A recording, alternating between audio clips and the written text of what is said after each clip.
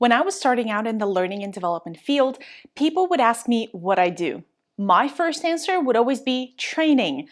But I knew that wasn't the whole story. The more I learned about my job, the more I realized I was right. In this lesson, we'll define what learning and development is and what are the main responsibilities. It's easy to define roles we come across every day. A doctor heals, a lawyer gives legal counsel, a pilot flies planes. But L&D isn't as straightforward because when we do our job well, we can be practically invisible. So let's break it down then. The main function of learning and development is to impact the organizational and individual learning for the purpose of improving effectiveness and performance.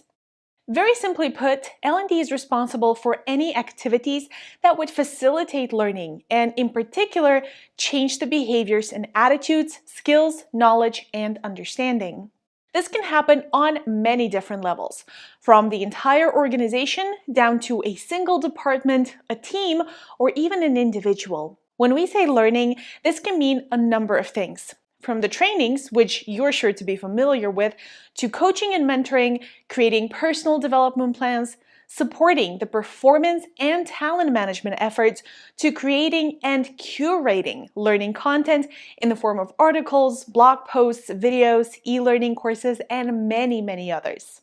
The purpose of L&D in a way informs what the main responsibilities are. We need to ensure the organization and the individuals within are learning.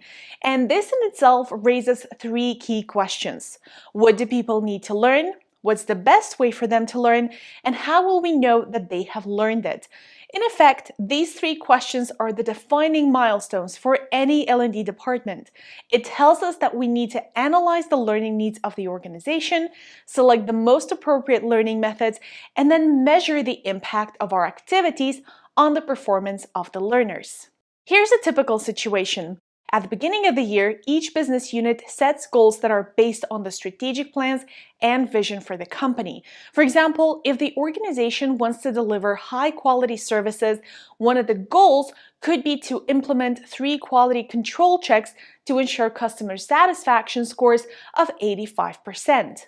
Now, we know that the role of L&D is to find out what are the learning needs for this business unit, select the most appropriate learning methods, and measure the impact from these activities. So how would you answer these 3 key questions? Let me know in the comments below. And there you have it, a clear definition of L&D and the main responsibilities. If you enjoyed this, please like and subscribe for more content like this. See you next time!